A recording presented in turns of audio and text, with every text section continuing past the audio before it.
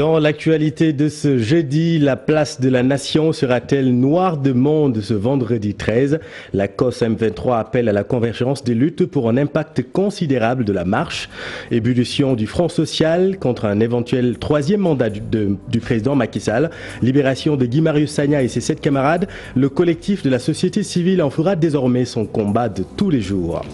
La radiation de Ousmane Sonko de l'administration sénégalaise validée par la Cour suprême. La chambre administrative de la haute juridiction a rejeté aujourd'hui le pourvoi de Sonko contre sa radiation de la fonction publique. Grogne des élèves et étudiants de Passy, ils fustigent la pléthore des effectifs et la pérennisation des abris provisoires. Ils ont marché pour exprimer leur ras-le-bol. La colère gronde également à Dalifort suite à l'opération de désencombrement la nuit dernière. Les déguerpis réclament site de recasement et une indemnisation à la hauteur du préjudice. Certains parmi eux déclarent des pertes innombrables.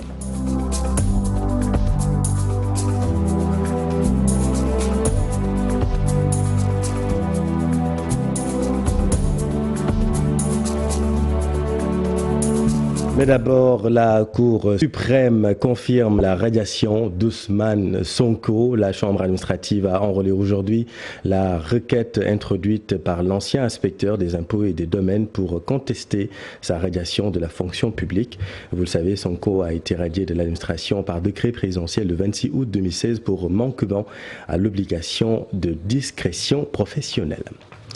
L'actualité de ce jeudi, c'est aussi cette marche annoncée demain, donner un signal fort, faire face au régime. C'est le maître mot de la cellule orientation et stratégie M23 en prélude à la marche annoncée de demain vendredi. La COS M23 appelle à l'union des luttes pour contrer le gouvernement. Ce sera la marche de toutes les colères selon ses membres. Nous y reviendrons dans un instant avec nos reporters. À Passy, dans la région de Fatick, des élèves et étudiants ont battu le pavé pour fustiger la pérennisation des abris provisoires. Difficile selon eux de se concentrer sur les études dans ces salles de classe de fortune. Ils sont obligés de s'entasser du fait de la pléthore des effectifs. Voyons tout cela avec Aminata Goudjapi. Ils ont marché du lycée mixte à la mairie de Passy. Cette manifestation, selon les élèves et étudiants de la commune, est juste un rappel. Le chef de l'État a plusieurs fois promis de leur construire un lycée moderne, mais jusque-là, rien n'est fait. On n'est pas là pour paralyser donc le système éducatif de Passy. Nous sommes là juste pour rappeler le président Macky Sall ses promesses. C'est lui qui nous a promis un lycée moderne et digne de son nom. Surtout aujourd'hui que le site est déjà donc indiqué sur la route de Foundiougne. Donc vraiment, il est l'heure à ce que le président Macky Sall réagisse. Ces manifestants dénoncent les nombreux abris provisoires et les classes pléthoriques du lycée mixte de Passy. La commune compte un seul collège d'enseignement moyen érigé en lycée mixte il y a 11 ans. Il y a 11 abris provisoires et qu'au moment que le lycée est érigé, au moment que le CM est érigé en lycée, il y avait pratiquement donc 16 voire 17 abris provisoires. Actuellement, nous sommes 11 abris provisoires et qu'au niveau du CM, il n'y a pas d'espace donc pour faire les sports. Aujourd'hui, le lycée de Passy dépasse 2000 élèves. La BFM, ils vont donc relier le lycée de Passy. Ces mauvaises conditions de travail impactent de façon négative sur les résultats scolaires, mais aussi favorisent la déperdition scolaire. Ces abris provisoires empêchent les élèves donc d'étudier correctement. Les élèves étudient dans des conditions extrêmement déplorables. Dans les abris provisoires, il y a souvent donc rayonnement solaire et que les élèves sont souvent exposés au vent. Ces élèves et étudiants de Passy ont décrété hier mercredi arrêt des cours à 9 h pour alerter les autorités. Ils envisagent d'autres formes de revendications si toutefois ils n'obtiennent pas gain de cause. Merci Aminata. Restons dans le domaine de l'éducation. Beaucoup d'enseignants ont été honorés aujourd'hui lors de la célébration de la Journée mondiale de l'enseignant. Cette année, le thème porte sur les jeunes enseignants, l'avenir de la profession. Le ministère de l'Éducation nationale a en profité pour célébrer des pionniers de l'inspection. Fat Buntu Conté et Amadou Ba. C'est avec un léger décalage que la Journée mondiale de l'enseignement a été célébrée cette année. À cette occasion, le ministre de l'Enseignement a honoré beaucoup parmi eux, dont Cherso, fier de sa distinction. Recevoir cette distinction me procure beaucoup de bonheur, beaucoup de plaisir. Et c'est la récompense, c'est une reconnaissance pour, n'est-ce pas, des efforts consentis dans le système éducatif, n'est-ce pas? Je suis dans ma 36e année, n'est-ce pas? Et voilà que je viens de recevoir cette distinction. Bon, en fait, les enseignants ne sont jamais décorés. C'est une reconnaissance pour le service rendu à la nation. Yoro Ndiaye a fait 37 ans au service de l'éducation. Il est aujourd'hui à la retraite. Compare les deux générations d'enseignants. Les jeunes maintenant, ils en font un gagne-pain. Et l'enseignant, il n'y a plus de courant professionnel. C'est ce que je constate. Là, il n'y a plus de passion. Il n'y a plus de passion. Au moment où la fête bat son plein, certains ont déserté les salles de classe pour motif de grève. Des séries de perturbations qui risquent de plomber l'enseignement cette année. Les grèves incessantes, vraiment, ça nuit au système éducatif. C'est autant d'apprentissage. Il faut que l'enseignant aussi fasse violence sur lui-même. On ne peut pas vraiment vivre de revendications, il faut le dire. Combinée à la journée nationale de l'éducation des filles, cette journée mondiale a vécu avec comme thème les jeunes enseignants, l'avenir de la profession. Voilà, reportage Tchaba Aliba, Fadbintou Conte avec le commentaire de Habib Faye. Et puis on n'en a pas fini avec les complaintes liées au train express régional. Les impactés du TER étaient en sit-in ce matin. Plus de 400 commerçants disent courir derrière leurs indemnités depuis 3 ans. Par ailleurs, les vendeurs de Tcharoy réclament des passerelles parce que coupés du reste du monde par le train express régional. Les propos de Ngagne Amar, qui est leur porte-parole, avec Salif Sow. Où nous sommes, on est plus qu'inquiets parce qu'on ne peut pas concevoir depuis 2016. On nous a démoli nos magasins, on est là traîné. Les chèques qui datent de 2016, on ne les touche même pas. On est en train de payer les 2018 et autres. On a rencontré le DG, Moutagassi. D'après lui, il dit qu'il y a l'argent est sur place. Mais comment l'argent est sur place et qu'on ne peut pas donner aux ayants droit? Vraiment, c'est quelque chose qu'on ne peut pas comprendre. On est au moins à 375 membres qui n'ont pas encore reçu leurs indemnisations. Parce qu'à Tcharoy, tous les infrastructures de base se sont coûtés de l'autre côté. Et les habitants sont habités après le rail. Et vraiment, chaque matin, on a besoin de ces infrastructures. On ne peut pas passer de Pékin à de Djamogun pour aller à Tcharoy. Vraiment, ça, c'est une nécessité. Et puis, des occupants de la route de Dalifort se sont réveillés groggy la nuit dernière. Une opération de désencombrement a emporté tout sur son passage dans cette zone. Les déguerpis des mécaniciens, pour la plupart, regrettent l'effet de surprise et demandent un site de recasement et une indemnisation. On a vu le préfet avec des agents, peut-être on pourrait les appeler les agents de la casse, qui sont venus ici et ils ont fait des ségrégations. Ils ont cassé par là, ils ont cassé par-ci, mais on a vu qu'il y a des endroits qui ne sont pas cassés. Maintenant, on se le demande le pourquoi. On a été ici depuis 2003, ici. Il y avait presque ici, c'était une nappe d'eau, de la mare. Il y avait de la mare. Les gens ont enseveli et en ont fait un lieu de travail. Maintenant, on demande pourquoi un beau jour, sans dédommagement et sans sommation écrite, le préfet est venu ici et a presque tout démoli. Non, l'indemnisation, on ne peut pas faire déguerpir des poids lourds, du matériel lourd avec une somme dérisoire. 1 million, c'est dérisoire. Parce qu'il y a ici des poids lourds. On ne peut pas déguerpir un garage qui a été établi depuis presque 8 ans ou 10 ans. Un beau jour, les faire déguerpir sans dédommagement et sans recasement. Ce qu'on veut, c'est un dédommagement consistant et un site de recasement à Djamnyadjo, parce que tout le monde y va. Puis je vous le disais en début d'édition, donner un signal fort, faire face au régime, c'est le maître mot de la cellule orientation et stratégie M23. En prélude à la marche annoncée de demain vendredi, la COS M23 appelle à l'union des luttes pour contrer le gouvernement. Selon ses membres, ce sera la marche de toutes les colères, de la lutte contre la hausse du prix de l'électricité, des denrées de première nécessité, à la libération de Guy Marius Sagna et ses camarades. Le collectif appelle également à la révision du fameux article 27, l'article qui évoque le nombre de mandats du président de la République. Aïssatou Gueiba et Amadou Ba.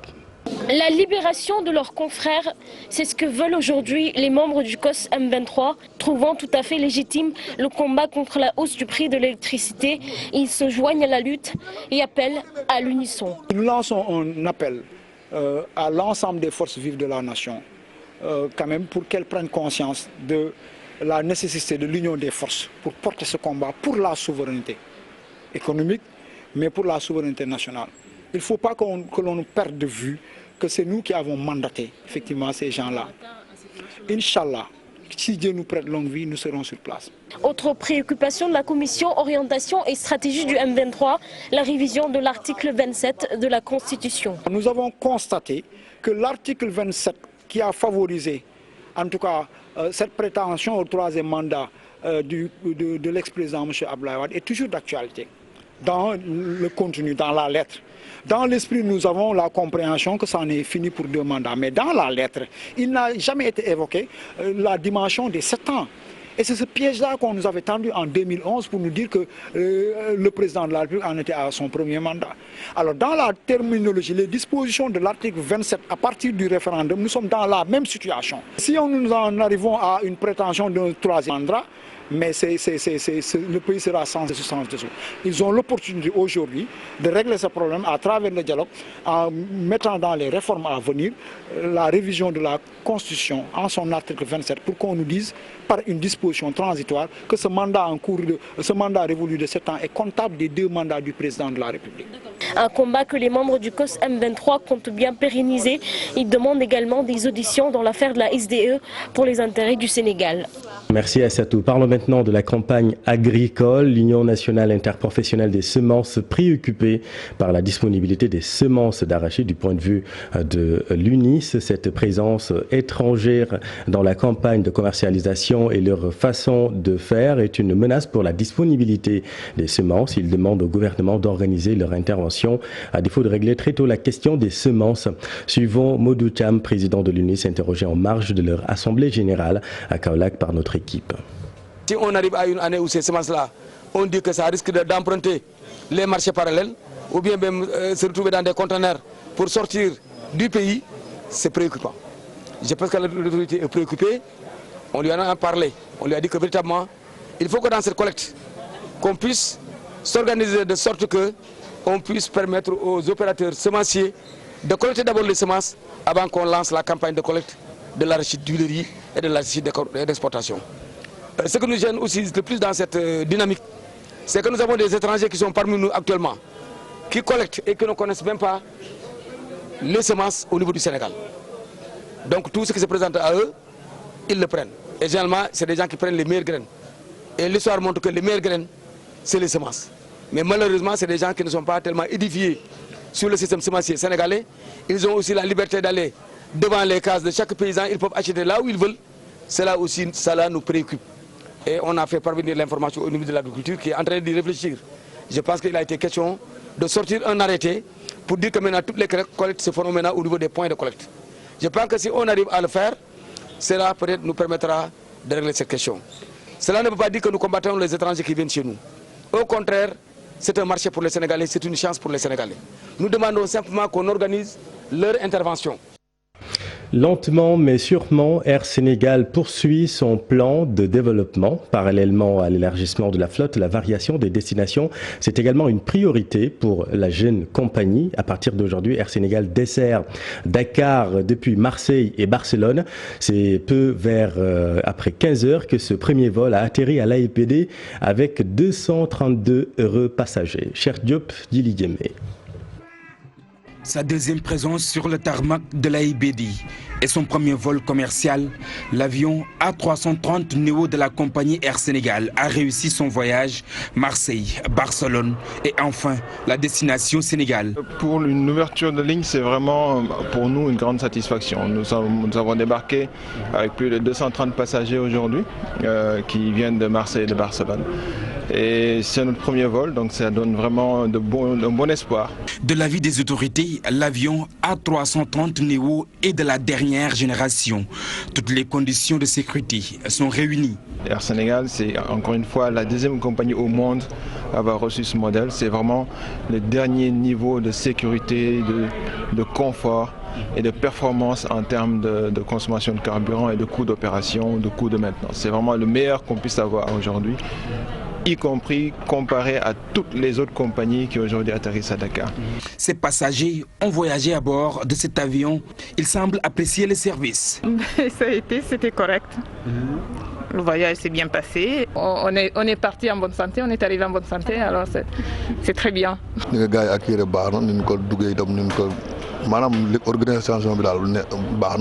Pour le directeur général de Air Sénégal, les billets sont abordables et l'avion répond à toutes les normes de sécurité. À son programme, 3 navettes par semaine, Dakar, Marseille, Barcelone, Dakar, une opportunité pour les chercheurs d'emploi et une aubaine pour les voyageurs. Merci, Cheikh. Le Club des investisseurs du Sénégal va former 35 jeunes entrepreneurs qui ont créé des entreprises.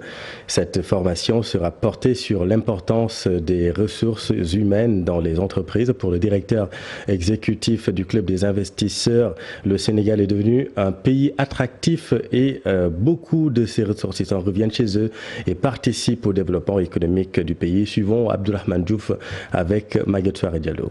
Le Club des investisseurs sénégalais a un certain nombre de missions et parmi ces missions, nous inventons une responsabilité sociétale d'entreprise parce que nous sommes composés d'hommes et de femmes qui ont fait leurs preuves dans leur domaine, qui ont des entreprises qui ont pignon sur rue et qui ont l'expérience de l'entrepreneuriat. Nous sommes dit qu'il faut tendre la main à ce que nous appelons les champions juniors. Il y a des jeunes Sénégalais qui sont des entrepreneurs dans l'âme, mais qui sont tout le temps confrontés aux difficultés liées à l'environnement des affaires au Sénégal. Sur toutes les questions, les ressources humaines par exemple aujourd'hui qui nous regroupent. C'est vrai que quand on sort de l'école, qu'on est un jeune entrepreneur, on n'a pas facilement toutes les facultés, toutes les capacités pour gérer une équipe. On est à des tournants où notre pays est en train de devenir beaucoup plus attractif quand on compare. Et en fait, dans la réalité, c'est notre pays. Donc c'est très normal que lorsqu'on a eu l'opportunité d'apprendre à travers nos études ou nos expériences à l'international, de revenir au pays et de contribuer dans le sens de ce qu'on a appris qui pourrait faire évoluer les compétences. Abdourahmane Diouf est la formatrice de ces jeunes entrepreneurs. La vulnérabilité des jeunes filles fait New Deal, une thématique abordée aujourd'hui lors d'un atelier organisé par le ministère de la Jeunesse à travers le projet promotion des jeunes. Le concept New Deal est un engagement communautaire pour dénicher le potentiel des filles. Pour plus d'explications, regardons ce reportage de Khadijatou Goro, Maguette Diallo et Mohamed Djeng. Les grossesses précoces et mariages d'enfants, un phénomène qui prend de l'ampleur dans le sud-est du pays. Une situation qui préoccupe les acteurs de la jeunesse. Tout le sens qu'il faut à cet atelier initié par le projet promotion des jeunes autour de son initiative dénommée New Deal. C'est une stratégie innovante de lutte contre les mariages précoces, les mariages d'enfants, les grossesses précoces ainsi que toutes les complications liées à ce fléau-là. Pour mener à bien cette mission qui consiste à mieux protéger les jeunes filles, le projet promotion des jeunes avec l'appui de UNFPA a mis en place des clubs de jeunes filles pour une meilleure appropriation du combat. Comme nous avons des centres conseils pour adolescents, les CCA, qui encadrent ces jeunes dans le domaine de la santé sexuelle et reproductive, pourquoi pas organiser ces jeunes filles en club pour qu'elles prennent à bras le corps le problème qui les concerne. C'est ainsi qu'on a mis en place des clubs de jeunes filles. En tout cas, c'est parti de Tambacounda, du CCA de Tamba. Mais ça s'est développé davantage au niveau du centre conseil pour adolescents de Kolda. Il y a des recommandations fortes qui sont sorties de l'étude. C'est celle-là de dire que déjà, c'est une bonne stratégie, mais qu'il faudrait également, en tout cas, bonifier en mettant le maximum d'acteurs communautaires, en faisant adhérer le maximum d'acteurs communautaires qui sont déjà dedans, mais il y a toujours, comme vous le savez, comme c'est des choses aussi qui s'attaquent un peu à des croyances, il y a toujours des réticences. Tambacounda et Kolda sont les régions les plus touchées par ces phénomènes. Les deux localités enregistrent un taux de 30% des adolescents qui ont déjà commencé leur vie féconde avant l'âge de 19 ans. Merci Khadija. Venons-en maintenant à cette alerte de la cellule syndicale des travailleurs de la justice de Saint-Louis. Selon ses membres, le tribunal régional de Saint-Louis ne supporte plus le poids des années. Le bâtiment est vétuste et menace ruine. Ils dénoncent également leurs conditions globales de travail. Suivant Tanor Djemé, il est greffier au tribunal régional de Saint-Louis.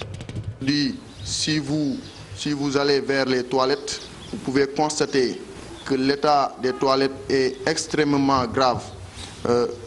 Les justiciables eux-mêmes, même les travailleurs du palais de justice, n'arrivent pas à faire leurs besoins comme il se doit. Les toilettes sont vraiment dans un état très piteux. C'est pourquoi aujourd'hui nous faisons appel à l'État, mais aussi au gouvernement par l'entremise du ministre de la Justice, pour que les travaux qui sont en exécution au niveau du nouveau palais de justice soient achevés. Nous craignons chaque jour que le bâtiment s'effondre sur nous. Et nous sommes des pères de famille, des mères de famille qui travaillent pour, en tout cas, l'État du Sénégal. Et si toutefois le problème en tout cas perdure, nous n'hésiterons pas à faire usage d'autres moyens de lutte légalement reconnus par l'État. En marge du projet de budget de son département, le ministre du Travail confirme la revalorisation des salaires dans le secteur privé. Pour l'exercice 2020, le ministre du Travail a appelé à ratifier la convention numéro 183 des travailleurs et travailleuses domestiques pour les mettre dans de bonnes conditions. Mais aussi, il va redéfinir l'attribution des pensions à la retraite. Compte rendu, Mohamed Sambe et Youssou Baro. Le ministre du Travail dévoile les perspectives de son département. Sambassi annonce l'augmentation des salaires du privé, mais il devra faire face à la problématique de la pension des retraités. Hier, dans la journée, nous avons pu arriver à une conclusion, n'est-ce pas, qui nous mène à une hausse, disons, des salaires des agents du secteur privé. Tout cela atteste la qualité de notre dialogue social. Soyez notre interprète auprès de Monsieur le Président de la République pour avoir augmenté de façon conséquente les pensions à la retraite. Je pense que ça a toujours été un problème pour les travailleurs d'aller à la retraite. C'était une frayeur. Parce que, comme on le sait, évidemment, ça conduit, en tout cas pour la plupart des gens qui sont à la retraite, c'est des difficultés financières. La non-ratification de la convention numéro 189 sur les conditions des travailleurs et travailleuses domestiques est aussi déplorée. Pour les femmes domestiques, et je pense que leur prise en compte, surtout du point de vue de la sécurité sociale, est extrêmement importante. En demandant la ratification de la convention 190, c'est surtout pour les protéger contre les violences et harcèlements au niveau du milieu du travail. Sambassi dit comprendre les revendications des syndicalistes, mais qui les invite à la table de concertation. Nous allons débattre parce que nous avons en commun cette chose que nous avons en commun, c'est notre pays. Et quelle que soit la position qui est là, nous voulons le meilleur pour notre pays et c'est possible. C'est en discutant, c'est en faisant fonctionner les structures, c'est en ne mettant pas en avant en fait ce qui ne peut pas se faire, c'est en ne refusant pas de faire ce qui est possible que nous pourrons trouver un accord. En 2020, le ministère du Travail va fonctionner avec un budget de plus de 3 milliards de francs CFA, mais les représentants du peuple demandent une augmentation des dépenses du ministère dirigé. Et restons, Mohamed, dans le monde du travail. Les organisations féminines et les femmes parlementaires incitent à la révision du code du travail de notre pays. Ces femmes souhaitent également la ratification des conventions de l'OIT 189 et 190 relatives aux travailleurs et travailleurs domestiques ainsi qu'à celles afférentes à la violence et le harcèlement. Il y avait des conventions à ratifier. Et le Sénégal n'a pas encore ratifié ces conventions, notamment la convention 189 relative au travail des domestiques. Il y a la convention 190. Le Sénégal a ratifié des conventions au niveau international. Avec le protocole de Maputo, toutes les conventions ratifiées, le Sénégal n'a plus la possibilité de laisser les femmes violentées, harcelées dans les entreprises, dans les lieux de travail. J'ai demandé au ministre du Travail de renforcer les équipes de nuit des inspecteurs du travail. Parce qu'il y a des inspecteurs qui d'eux-mêmes prenaient la peine d'aller faire les entreprises et surveiller le travail de nuit des femmes. Il y a aussi le problème de la réglementation de la santé du travail. Pour la ratification de la Convention 156, mais non seulement c'est nécessaire, et le Sénégal a l'obligation de le faire, pour l'égalité des chances. Voilà, un mot de sport avant de clôturer cette édition avec le football sénégalais en petite catégorie qui est très performant en ce moment, c'est qui satisfait le directeur technique national Mayacine Mar qui fait aussi une mise au point sur ces rumeurs de départ. Suivons-le avec nos confrères de igfm.sn. Mais j'estime qu'en tout cas, durant mon magistère pour lequel je suis encore, je crois avoir quand même mis une brique de plus, n'est-ce pas? Et ce qui est essentiel aujourd'hui, c'est que nous travaillons bien. Le choix des entraîneurs aujourd'hui est un bon choix. Le choix également aussi des préparations dans les stages également aussi est un bon choix. Et je pense que ça nous permet effectivement d'arriver effectivement à de bons résultats. Mais je suis là toujours. Oui, mais écoutez, pour moi c'est derrière moi. Tu sais, moi j'ai la confiance du président de la fédération, c'est ce qui compte pour moi. Le reste ça compte pas pour moi. Voilà, l'info continue dans Soir d'Info. C'est à vous Aram Touré, vous recevez monsieur Iliman Khan.